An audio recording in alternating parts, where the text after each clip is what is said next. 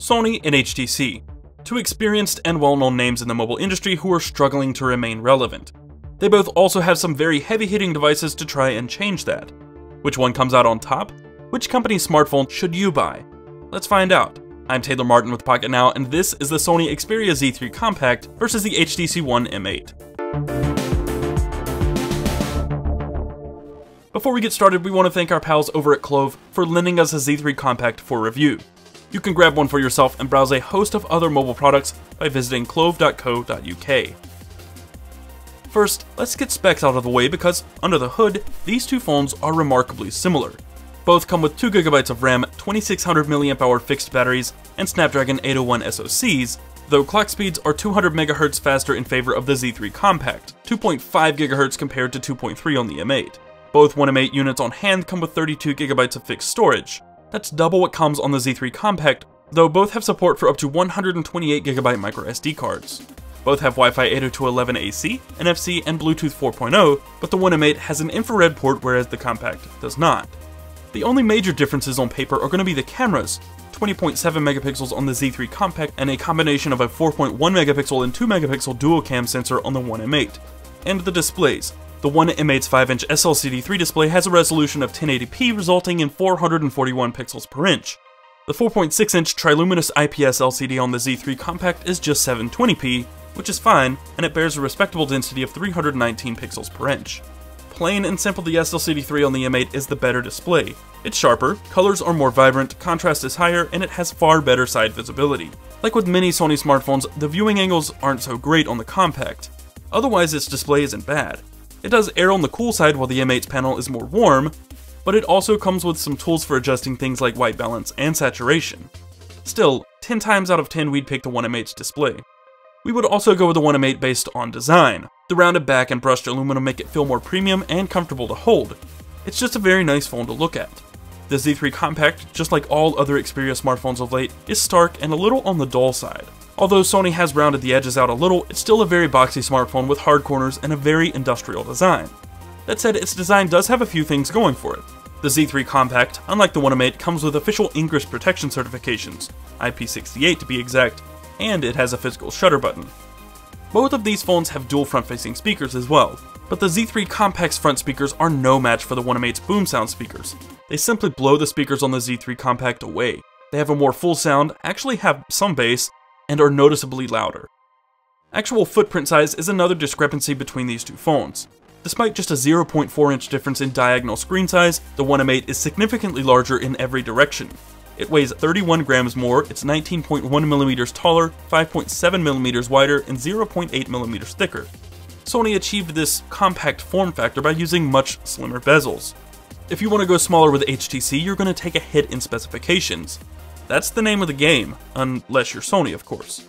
Frankly, if we were to choose one of these phones based solely on design and hardware, it'd definitely have to go to the One M8. While both phones are built exceptionally well, the One M8 looks and feels more premium.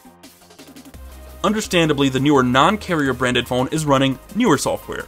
Our Verizon One M8 has received several software updates, and now it's running Android 4.4.3, while the Z3 Compact ships with 4.4.4. The differences between these minor point versions are pretty trivial, but the differences in Sony's custom UI and HTC's are not. Sense 6 is one of the best versions of Sense to date. It's cleaner, prettier, and more fluid than ever before. It gives the user just enough customization to make it truly their own, and just enough features to make it feel optimized for their hardware. It's a very nice marriage of hardware and software. For instance, tapping the power button along the top edge isn't always ideal, so HTC has created some ways to quickly access different parts of the phone when picking it up. A long press of one of the volume buttons while twisting the phone into landscape will wake the phone into the camera app. Double tapping the display will simply wake it, sliding upwards will jump past the lock screen, and sliding to the left will wake the phone into blink feed. And that's another great bullet point. Blink feed is one of the best and most engaging social and news readers we've used. You can scroll page by page for easier reading or quickly flick to scroll fast. You can add all sorts of sources and open content into corresponding apps. You can set it as your default home screen or the page just to the left of your home screen. To be concise, Sense 6 is one of our favorite custom strains of Android to date. Sony's customizations are more subtle and the skin has certainly improved over the years. The app drawer icons are large like on the Google Now launcher, it too uses themes which let you change the accent color, and most things look very close to stock Android. Skimming the surface in the Settings app will prove otherwise though. One of our favorite features is the ability to choose what appears in the status bar. The big difference here is the value the OEM customizations bring. Sense has things like Zoe, Blink Feed, and Dot View. Sony's add-ons are small apps or floating windows which don't prove all that useful, especially on such a small display, third-party camera plugins which litter the application drawer, and the What's New aggregator, which is just a clever way to get you to buy things from Sony's store. While both versions of Android are miles better than previous respective versions, we have to hand it to Sense 6. It has a more polished UX with more value adds, and it also has personality. Sony software is a little sterile and continues to push Sony's content platform. If you're a Sony fan, it's important to note this could definitely benefit you, especially if you own a PS4. The upcoming remote play feature sounds awesome, but it's not quite available yet. In almost every scenario, the One M8, despite its marginally slower clock speed, is a half beat faster than the Z3 Compact. Launching apps, switching apps, and even in benchmarks, it just barely edges out the Z3 Compact. What that means is, there really isn't much between these two. They're both very fast and very fluid, with very few hiccups and stutters. Gameplay is great on both as well. There were no noticeable frame rate drops in heavy gaming, and even on the 720p display, graphics look fantastic. However, with a little larger display and better speakers, we'd give an edge to the One M8 for multimedia and gaming. While you can't directly compare the 2600 mAh batteries in these two phones, battery performance so far has been similar. We typically have little trouble lasting a full day with the One M8 without using any power-saving modes. We haven't had the Z3 Compact quite long enough to fully comment on its stamina, but we can at least clarify that it's comparable to, maybe even a little better than the One M8's. Comparing call quality and network performance between a Verizon One M8 and an unlocked Z3 Compact not optimized for use here in the States is meaningless. We haven't had any complaints with the network performance so far, so stay tuned for a full review of the Z3 Compact for more on its network capabilities. Both cameras have their parlor tricks, advantages, and disadvantages.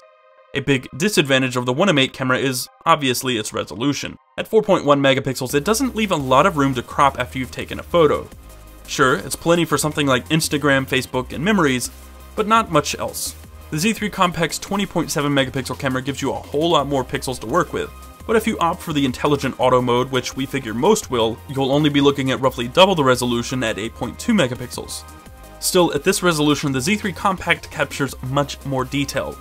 However, its images are cool and dull, almost lifeless. The One M8 camera in almost every situation provides more true-to-life colors and more lively photos. That's not always the case, but more often than not, the One M8's photos look better so long as you don't need to crop. Take light out of the picture and the results sort of remain the same. Colors and lighting are more realistic on the One M8, while the Z3 Compact in auto mode uses digital stabilization to gather more light. It does this at the expense of sharpness, but it does provide a brighter photo if sometimes blurry and muddy looking. Both cameras are strong in their respective areas, but the Z3 Compact's camera, despite its cool photos, is the more capable and reliable shooter. Not to mention, it has the two-step shutter key, which counts for something. All things considered, both of these smartphones are fantastic. You honestly can't go wrong with either, though we'd put our money on the One M8. Why? We'll put it this way. If you need water and dust resistance, a smaller form factor, or a physical shutter button, or if you're into gaming and own a PS4 and want to check out the remote play function in the future, the Z3 Compact is the way to go. If you watch a lot of videos, play mobile games, and want a more consistent and user-friendly experience, go with the One M8. It has a nicer display, better speakers, and can replace your universal remote at home.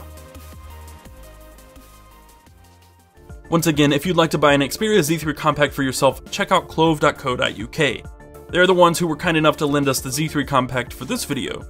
If you enjoyed this video, give it a thumbs up and subscribe to the channel to see more videos like this one. And follow us around the web on Twitter, Facebook, Google+, and Instagram to stay abreast on everything going on at Pocketnow. I'm Taylor Martin, Casper Tech on Twitter, and I will see you next time.